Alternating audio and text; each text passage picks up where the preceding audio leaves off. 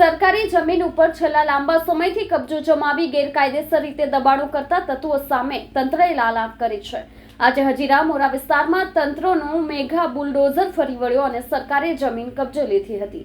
આખા ગુજરાતમાં mega demolition drive શરૂ કરવામાં આવ્યો છે, ત્યારે મોરા ગામના સરપંચ દબંગ બની ડિમોલેશન શરૂઆત કરી હતી। સાચા અર્થમાં પ્રજાના સેવક બનીને દબંગ જેવું કાર્ય થયું છે।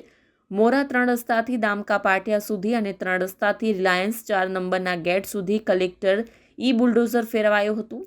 સર્વે નંબર 148 વાળી જગ્યા પર દબાણ હતું, તેની ઉપર બુલડોઝર ચલાવાયું। કોઈની પણ સેહ શરમ રાખ્યા વગર માન્ય પ્રાંત મામલતદાર અને મોરા ગામના સરપંચની ટીમ દ્વારા દબાણ હટાવવાનું જે કાર્ય કરવામાં આવ્યું છે તે ખરેખર અભિનંદનને પાત્ર છે અને આમ જનતા માટે એક નાગરિક તરીકે નોંધનીય કાર્ય છે। આજરોજ પ્રાંત અધિકારી અને ઇન્ચાર્જ મામલતદાર દ્વારા પોલીસનો બંદોબસ્ત રાખી ગેરકાયદેસર તમામ દુકાનો તોડવામાં આવી હતી।